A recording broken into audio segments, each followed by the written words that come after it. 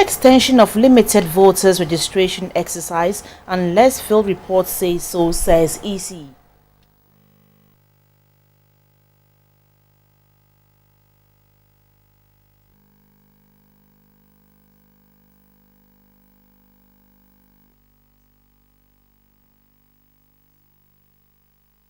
Tepe denies allegations that government has diverted 250 million euro bond funds meant for infrastructural development into private investment.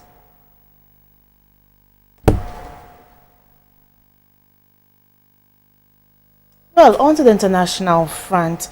Landslides kill at least 53 people in Rwanda. Hello, good evening. You're watching GBC24 and GTV. This is News Hour. My name is Suyoko Kwakutre. And I am Shirley Annan. Well, now the news in detail. The Electoral Commission says it is not going to extend the limited voters registration exercise unless reports from the field indicate otherwise. The Director of Administration, Christian Owusupari, told GBC24 in an exclusive interview on Monday that despite some challenges, the 10-day registration exercise was successful. In all, about 21,000 registration officials were deployed to undertake the exercise in 3,500 centers across the country. The 10-day exercise officially ended on Sunday, the 8th of May. The Director of Administration of the Electoral Commission, Mr. Christian Owusupari, said initially there were some teething challenges including equipment breakdown and violence at some centers, which led to the destruction of some of the registration kits, but some of the challenges that were beyond their control were referred to the police. Even before we went into the exercise, we had a plan for replacement in case any of the devices broke down. And so at any time that a device became non-functional, they quickly sent it to the regional office for replacement. Some violence at some of the registration centers, some registration materials, notably Form 1As, Form 1Cs, and challenge forms were taken away by some of the tags that invaded the registration centers. So that in a way affected our work in the areas concerned. Apart from those challenges, I'll say that yes, the exercise went on well. When asked whether the Commission intends to extend the period of the limited voters registration exercise, this is what he had to say. The Commission has indicated in the course of last week that we are not considering an extension. There won't be a wholesale extension unless, of course, reports from the field indicate that it is necessary to do so. But until those reports are received and there is reason to decide on extension, for now, the Commission has not decided to extend the exercise. Mr. Parry also added that replacement of voter ID cards is ongoing at the Electoral Commission's district office. The decision to replace the lost voter ID cards was taken in the course of the registration exercise. We expect that replacement will be a standing facility. Anytime you lose your card, you can go to the district office and ask for a replacement. You can only get replacement in the district where you registered as a voter.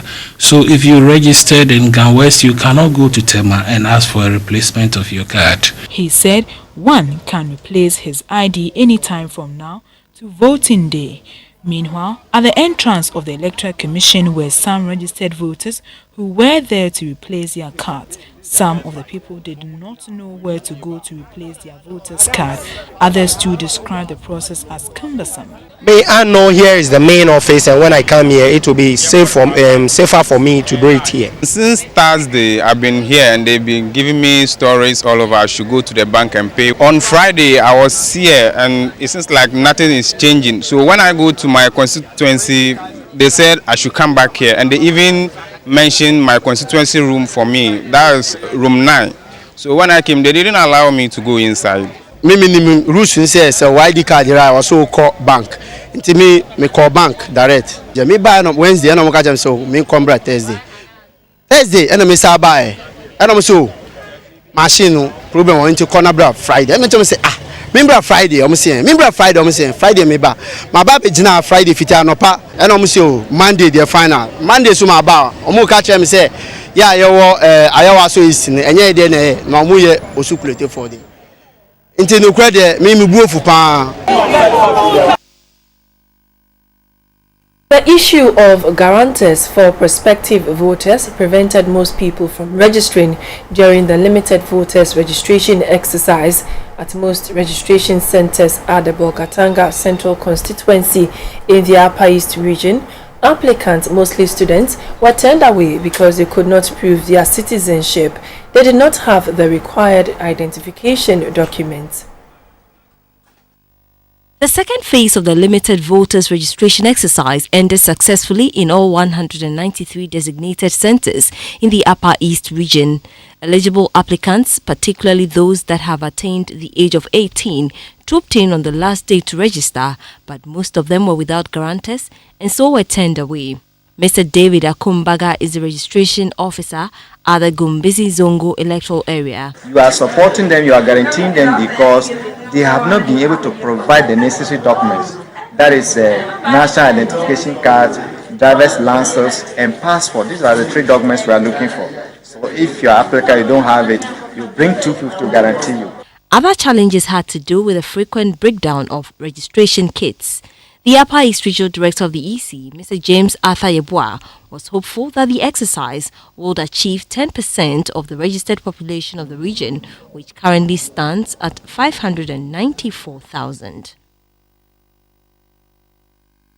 Ghana and Trinidad and Tobago are exchanging notes to further the existing ties between them, particularly in oil and gas. The new development follows a working visit to Ghana by the Prime Minister of Trinidad and Tobago, Dr. Keith Christopher Rowley. Napoleon Atukito reports. The Trinidadian Prime Minister, Dr. Keith Christopher Rowley, was received at the presidency by President John Mahama. Their meeting is a corollary to a number of previous meetings. Until now, the last visit to Ghana by a Prime Minister of Trinidad and Tobago was in 1965. A Ghanaian leader also visited Trinidad and Tobago in 2011, occasioned by a Commonwealth summit. Just about that time, Ghana had begun oil and gas exploration, for which reason a constant engagement with the Caribbean nation became necessary.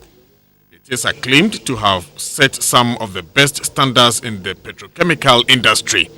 Dr. Keith Christopher Rowley was accompanied on the visit by energy experts and businessmen to work on technical details with their Ghanaian counterparts. Leaders of both sides of the discussion agree that the way to go is to reach out to each other by exercising comparative advantages. Ghanaians and Trinidadians are one people separated by the accident of history and seeking to rediscover our fraternal cooperation through science, culture, technology, and business. We anticipate that in the not too distant future, that there will be tangible expressions of economic activity and cooperation between the interests of Ghana and the interests of Trinidad and Tobago. President John Mahama and the Prime Minister of Trinidad and Tobago, Dr. Rowley, later paid visits to the Volta Aluminium Company Valco and the Tema Oil Refinery. One is end user of energy, while the other is a producer of energy products. We are a small country, but we've been in oil and gas for over 100 years. And we do know a little bit about the industry. And we anticipate that in closing the distance between us, that there are things that we can bring to you and things that you can say and do with us that together will make us stronger and better in the international marketplace. By making the chief executive of BOSS simultaneously the chief executive of TOR appears to have turned the story around, and we're seeing a new story. We're seeing a whole new story in tow. My aim and vision is that Ghana becomes the downstream petroleum hub for the whole of West Africa. Both companies became a pale shadow of themselves until recently. Napoleon Atukitu reporting. It has been dubbed the Great Market Robbery. Thieves broke into over 50 shops in Accra's most famous market, the 31st December Makola Market, and made away with huge sums of money, running into several thousands of Ghana cedis. The owners of the beguiled shops, mainly women, are still counting their losses and have yet to come to terms with the scale and magnitude of the robbery, the first of its kind in the criminal history of the country. Many of the traders are still not in a position to quantify the stolen items, but one woman told GBC24 that she lost about 20 pieces of wax springs, estimated at over 40,000 Ghana cedis. Saturday's night robbery has left residents of Accra worried about the security situation in the city and the urgent need for the police to crack down on crime against especially armed robbery. The traders believed that the burglary took place on Saturday night. One of the traders went to her shop on Sunday to take stock of her new goods, but she realized that her shop had been broken into. Upon raising alarm, the other shop owners came to open their shops, only to find that theirs too have suffered the same fate. The thieves are suspected to have entered into the shops through the ceiling and succeeded raiding over 50 shops. The victims were surprised that despite the presence of security personnel in the market, the thieves managed to get away with the stolen goods. However, some could not give accurate accounts of the number of textiles that has been bolted away. My daughter called me to tell me that my shop had been broken into. The thief took away 2,550 Ghana cedis.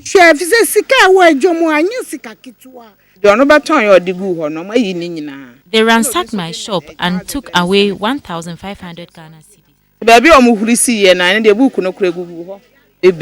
Textile shop owners were not the only victims.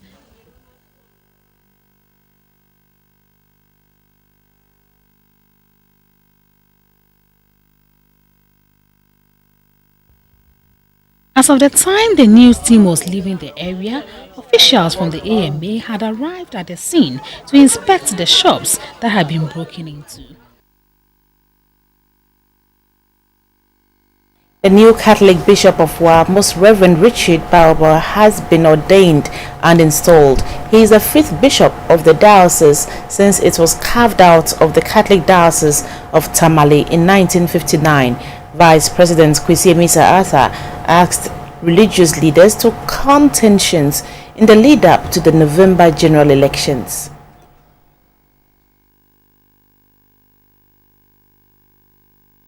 The ordination and installation of Most Reverend Richard Kuya Bauer as the new Catholic Bishop of Wa Diocese was a national event which drew Catholics from home and abroad.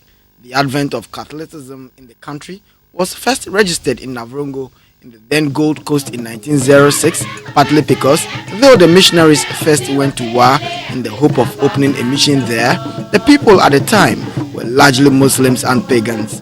After the mission gained a foothold, the missionaries then tried Wa again with the first mass celebrated in Lora near Wa in November 1929. By 1931, more than 7,000 people, mostly Dagabes, had converted into Catholicism. Later, though the Metropolitan Diocese of Tamale included both northeastern and northwestern parts of the country, the teeming numbers of Catholic faithfuls in the Upper West led to hiving off the Upper West from the Tamale Diocese in 1959, now known as Wa Diocese. Since then, 3 bishops have shepherded the flock in Wa.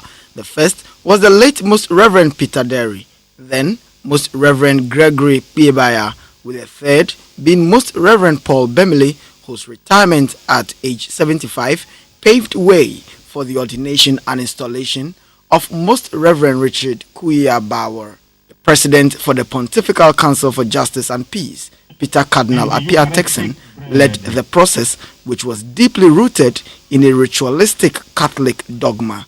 It started with the opening of the papal bull, thus the breaking of the seal from the apostolic nuncio, nominating Most Reverend Bauer for the position and showing the same to all present before the scroll, originally in Latin, was read out. Later, his head was anointed with oil to fortify him, even as all the about 40 bishops took their turns each to pray for him. Afterwards, a ring was put on his finger, signifying the marriage between the bishop and the church. He then had his bishop hat worn before the staff handed to him as an insignia of his shepherding role in the church. All of these constituted the ordination before being installed on royal stool as the new bishop of the Catholic Diocese of Wa. And of the Son and of the Holy Spirit.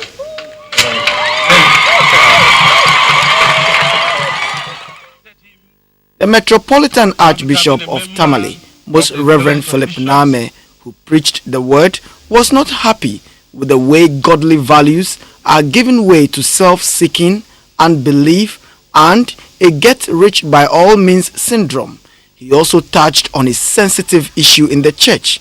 Too many Catholics have joined secret occult groups, especially the Freemasons or Lodge. If you want to remain a Catholic, please come out of those lodges. Servant of God's mercy. Its President Kwesi Mr. Arthur congratulated the Bishop of Wa and charged religious leaders to use their pulpits to maintain a decorous, peaceful country. We are praying that you will be able to bring harmony, to bring peace, to bring stability to our country. That while tension is created, you will be able to moderate the tensions in our society. We are asking that you will be able to speak God's message to our people. The message like that of Balaam, when many people want you to say different things, we are hoping and praying that you'll be able to bring us God's message unadulterated. The Wa Diocese has had faithfuls drawn from all the tribes in the region: Dagaba, Sisala, Wala, Birifo, Kasena, and a minute Akan-speaking people. But Catholic faithfuls observed that, so far, all 4 bishops of the Wa Diocese have come from Dagaba, majority from the Nandom area. GBC24. One student was injured when fire swept through the boys' dormitory of the Ukiapiman Senior High School on Sunday. The injured student is currently on admission at the Tetekwashi Memorial Hospital at Mampong Ukiapim in the Eastern Region. The fire started whilst the students had gathered for church service. Firefighters had to intervene to douse the fire, which destroyed the belongings of 50 students. Students of a Kufu house, which was hit by the fire, have temporarily been housed in dormitories of final year students who completed few weeks ago.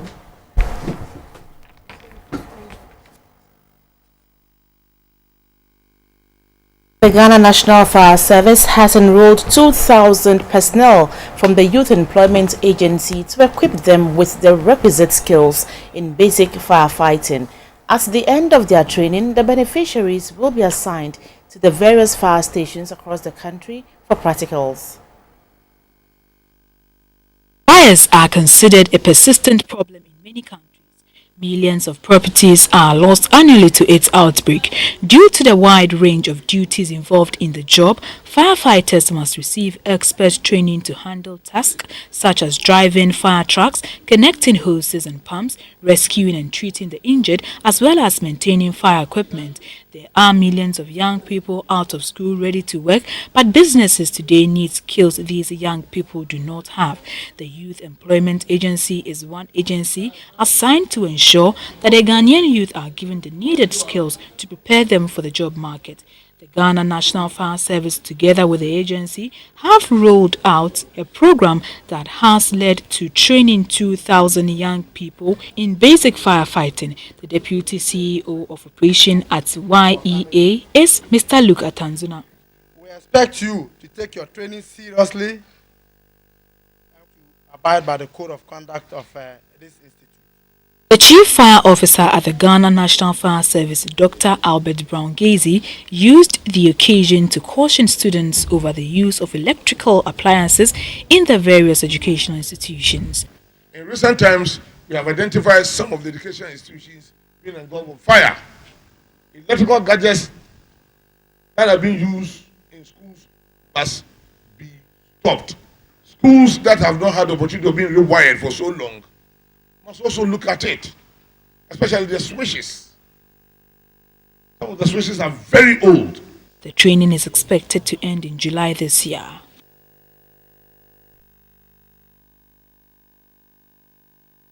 You're watching news live on GBC24 and GTV. We'll be back shortly with the business news.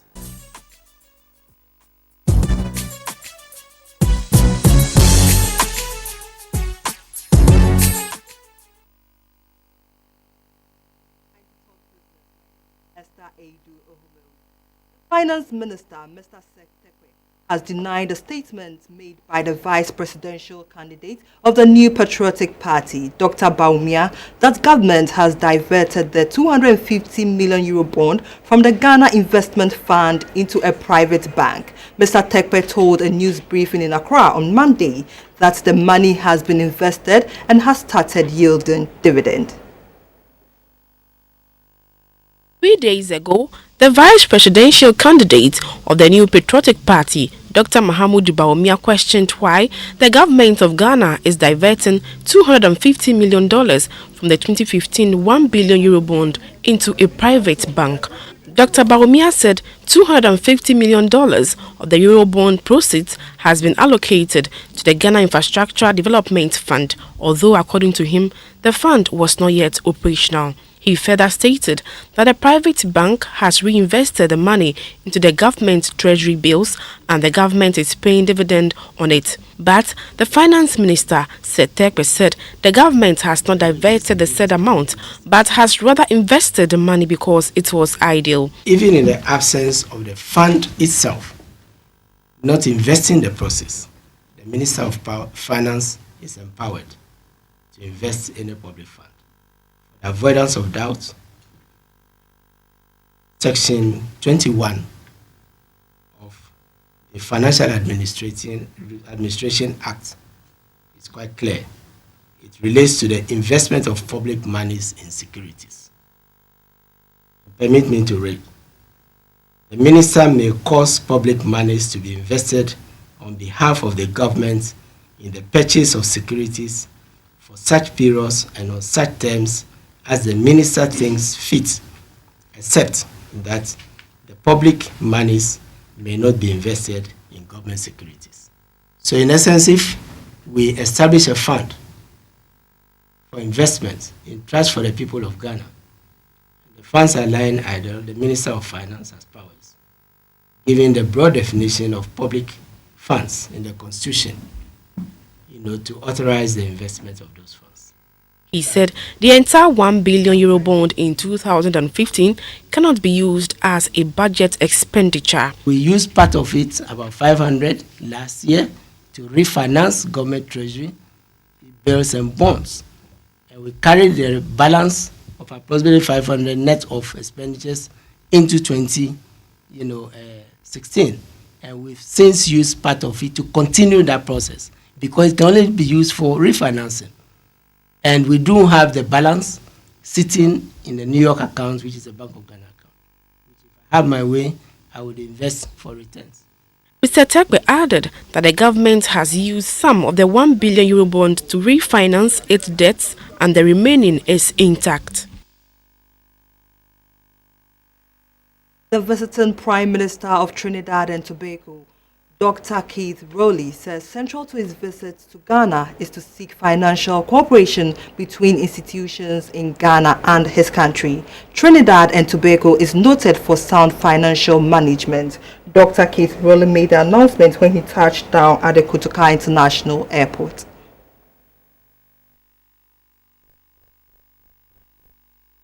Prime Minister Dr. Keith Rowley's visit is not only to strengthen political ties, which dates back to the Nkrumah era. It also focuses on deepening economic and business relations, which has dominated bilaterals between Accra and Port of Spain. Trinidad and Tobago has an enviable record in oil and gas exploration as well as financial management. It is ranked among 66 of the world's most successful financial hubs and investment destinations. The Republic Bank is the latest business from that Caribbean island to venture the local economy as it is in its final phase to take over HFC Bank. The Trinidad and Tobago Premier said his team of businessmen will seek investment opportunities, especially in the financial sector where they have the expertise. We have a very strong footing in best practice banking. Our banks are well rated and we are well connected in the Caribbean banking sector.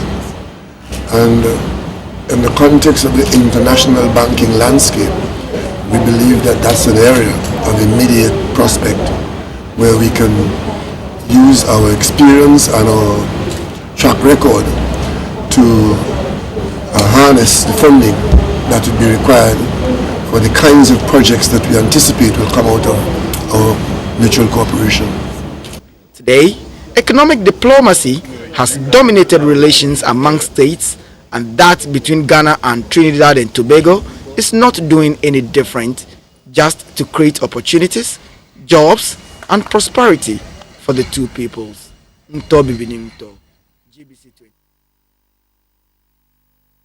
Abosuman Kutre Cooperative Credit Union has extended its operations to the Bono Ahafo regional capital, Sunyani. This brings the bank's branches to 4. The opening of the Sunyani branch coincided with the 45th anniversary of the credit union. The union promises to provide quality service to its growing customers.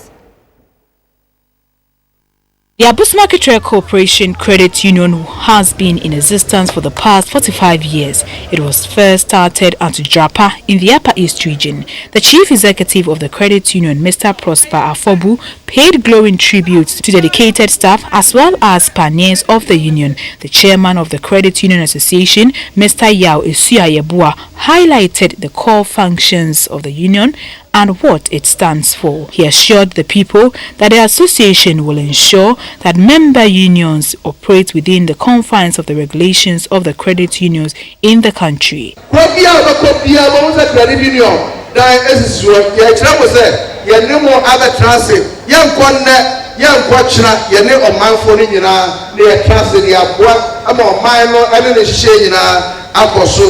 The Bono Ahafo Regional Minister, Mr. Eric Opoku, was hopeful that a new branch in the region will promote the culture of saving and also boost socio-economic activities. He said government will continue to support and collaborate with private partners whose vision are in line with government's agenda to transform lives through investment and job creation.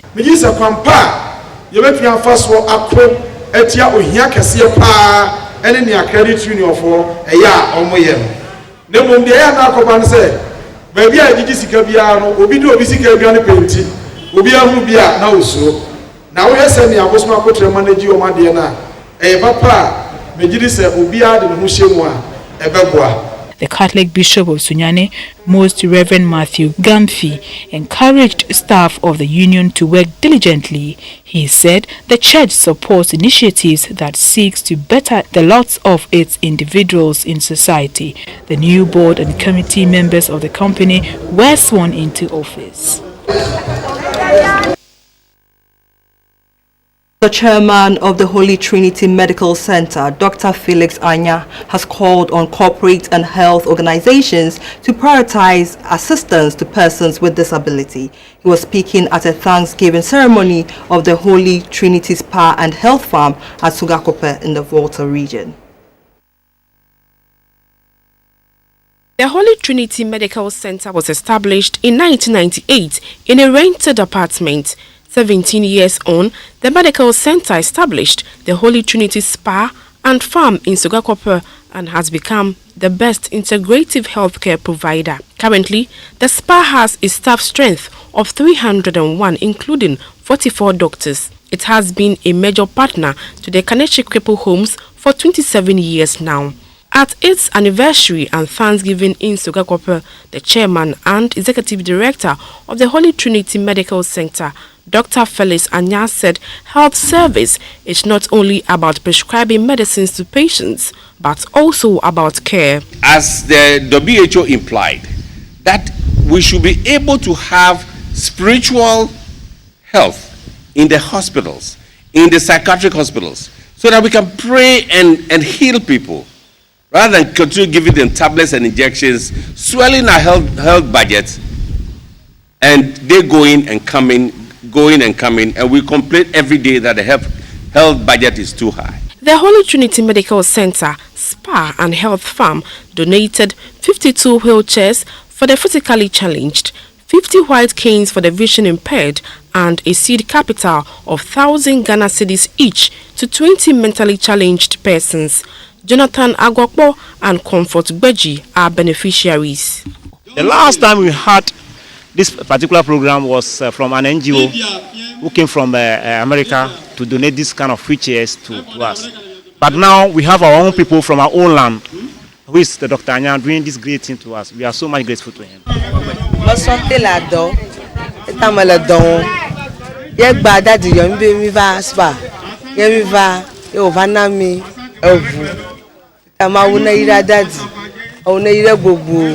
Some retired and current staff also received awards for their contribution to the organization. Up next is the insurance news.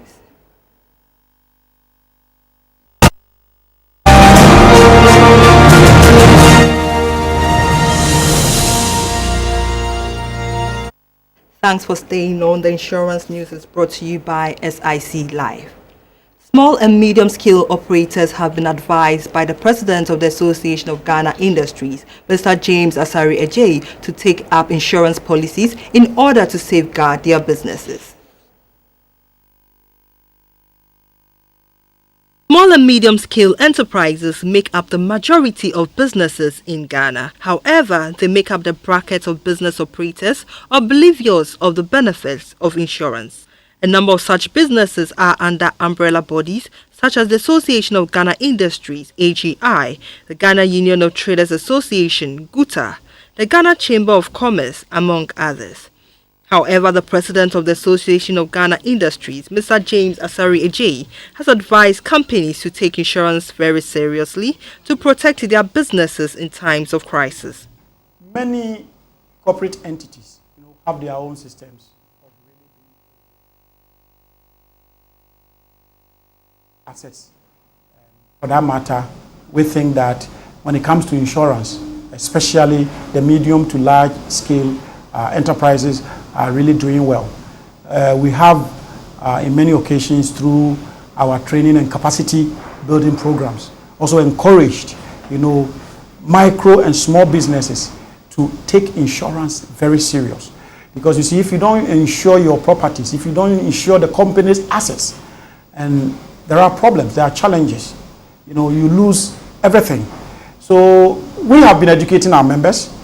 We think that our members also will take it upon themselves to realize the need to really take insurance as an integral part of business running, and for that matter, they hedge against risk in whatever form. And that is really the way to go. The last couple of years have recorded a lot of fire outbreaks in the marketplaces, but unfortunately, most of the victims had no insurance cover. And that's it for business. Thanks for watching.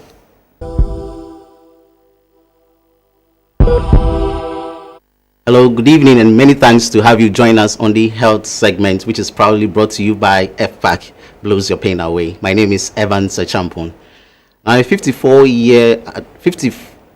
adolescent health centers have been handed over to the Cherenswa Traditional Council in the Bono Ahafo region as part of the Ghana Adolescent Reproductive Health Project. The Queen Mother of Cherenswa, Nana Abina Mintayeboa, called for reintroduction of puberty rights to curb teenage pregnancy in the region. The Ghana Adolescent Reproductive Health Project has been operational in the Bunahafu region for over 2 years. It seeks to educate young people on the benefits of family planning and the need to delay sexual activities in order to prevent or reduce teenage pregnancies. Under the project, community outreach programs and TV series as well as youth clubs have been used as tools for the campaign. Family planning services have also been scaled up, vital inputs and training for over 1,200 service providers. The project, which is being implemented by the Ghana Health Service in partnership with the Ghana Education Service and the National Youth Authority, is funded by the Department for International Development, DFID of the UK. The Adolescent Health Corners form a major part of the Ghana Adolescent Reproductive Health Project. The centers offer counseling and other services to adolescents in the districts. Each of the 27 districts of the Bunahafu region will have 2 health corners for adolescents. The Queen Mother of Acherensia in the Yesutifi North District, Nana Abina Menta Yeboah, said due to the reintroduction of puberty rights or bragro in the district, teenage pregnancy have reduced to the barest minimum. They have to come together and learn certain things. So part of the planning that National had was to bring these adolescents from their various districts to come and share their experiences. The country director of the DFID, Jim McAlpine, said as at 2012, only 8% of young women between the ages of 15 and 24 used modern forms of family planning.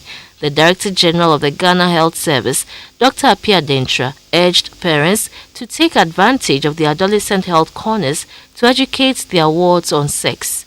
The Deputy Bunahafu Regional Minister, Justice Ajay, urged managers of the health corners to maintain and sustain the project. Now, 35-year-old philanthropist Kwame Anani Crane has completed a 200-kilometer journey to raise awareness for fire safety and burns prevention, starting from Aflao in the Volta region and ending at the Kolibu Teaching Hospital. Mr. Anani Crane made stopovers at second cycle schools to interact with the students on fire safety and the need to prevent fire and burns. A report by Sarah Ofori. What seemed like an impossible journey to begin with would not have deterred Kwame Anani Crane. With a determined mind and an adamant posture, he defied the risk. From the Aflao border to Agbozume, to Akachi, to Agbakope, to Dabala, to Sugakope, to Adan, Sege, Tokoli and Dowenya. From there to the Ghana Football Association Academy at Pram, where he received treatment for a bad leg before continuing to the Temamoto Way, to Ashaman, to Nungwa, and then to the Independence Square. It's good! You made it! We did! The 2-week awareness campaign, dubbed the Crane's Appeal, also saw the social change activists make whistle stops in second cycle schools. We're taught how to maintain ourselves when we are being in the kitchen. Corporate entities were not left out. The final lap of the 200-kilometer journey, which ended at the Kolibu Teaching Hospital, was joined by some volunteers and staff of the National Reconstructive Plastic Surgery and Burns Unit. TT Brothers were on hand to donate a check for 3,000 Ghana cedis to the unit. The National Reconstructive Plastic Surgery and Burns Unit sees to about 700 patients annually, half of which are admitted into the 70-bed facility. The volunteers were ushered round the wards to acquaint themselves with the state of the facility and how well patients are recovering. About 51% of our burns are children or adolescents. So that works out roughly to maybe between 180 and 200, such patients coming on admission. As for the outpatients, to be around about between 360 to 400 every year. As at the time we finished on official engagements on Thursday, we had spoken to more than 4,500 students from Aflao to Accra, which is more than we thought we could do. Burns happens to be one of the most, devastating forms of injury, and that it presents, the kind of life no one will wish for. Kwame Anani Crane's appeal, fire safety and burns prevention campaign, beyond actively engaging its target audience to be safety conscious, will in the future mobilize funds to support burnt victims. Sarah Fori, GBC24, Kolebu Teaching Hospital, Accra. And that's all in this segment tonight, which is proudly brought to you by FPAC. Stay tuned. Back now to some international news. At least 53 people have been killed by landslides caused by heavy rains over the weekend in Rwanda. Most of the victims are believed to have been children. Reports say the downpours have also destroyed more than 500 homes and damaged infrastructure across the country, especially in the north. There have been a number of deadly mudslides this year in Rwanda, and up to 70 people have been killed. The densely populated country is made up of hills and valleys, and erosion is a problem. Authorities in some East African countries have blamed the El Niño weather phenomenon for a much heavier rainy season in the region. That's it for international news. Sponsors next. Today, May 9, marks exactly 15 years since the Accra Sports Stadium tragedy occurred. More than 127 football fans lost their lives in a stampede which broke out following a football match between Accra Heart of Oak and Kumasi Asante Kotoko. The Youth and Sports Ministry has held a wreath-laying ceremony in Accra in memory of those who lost their lives in one of the darkest chapters of Ghana's football. You are forever in our hearts. The Ministry of Youth and Sport has marked the 15th anniversary of the May 9th stadium disaster with a wreath-laying ceremony. The Youth and Sports Minister, Ni Lante van der Poy, was the first to lay the wreath on behalf of the government. The GFA President, Mr. Kwesi Nyantechi, laid it on behalf of the Football Association. Representatives from Hearts of Oak and Kumasi Asante Kotoko also laid their wreaths. The Youth and Sports Minister, Ni Lante van der Poy, urged all not to allow such incidents to happen again. It's still a long way away from total elimination of violence at our stadium. But I'm sure with appropriate steps, disciplinary measures, security measures being laid, we are sure that we will be able to arrive at that destination, where we shall go to the stadium. In spite of our frustrations, we will live in peace and we will live as a united family. The GFA president said they have learned lessons from the event. We are very keen about this event, and we've learned very hard lessons from it. It has influenced regulations and statutes of the Football Association to the extent that we look very hard at violent conduct at our games. Just recently, Accra Suffolk was sanctioned, Bibiani Gold Stars was sanctioned, and many other clubs were sanctioned because of the violent conduct of their supporters. Santihene Otumfuose Tutu has made an open invitation to all presidential candidates to join him for a weekend of golf for peace and national unity ahead of the November polls. The Santihene issued the invitation at the closing ceremony of the annual Santihene Gold Cup Golf Championship in Kumasi.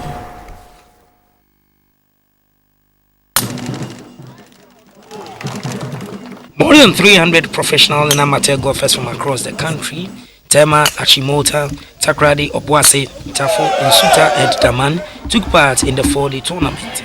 The prestigious event on the nation's sporting calendar had MTN, Cowbank, Teisek, Beach Capital, and Ghana Union Assurance Company Limited all sponsoring. The professional golfers played 72 holes, while the amateur, both men and ladies, played the 36 holes. This year's event coincided with the celebration of Otumfuo's birthday.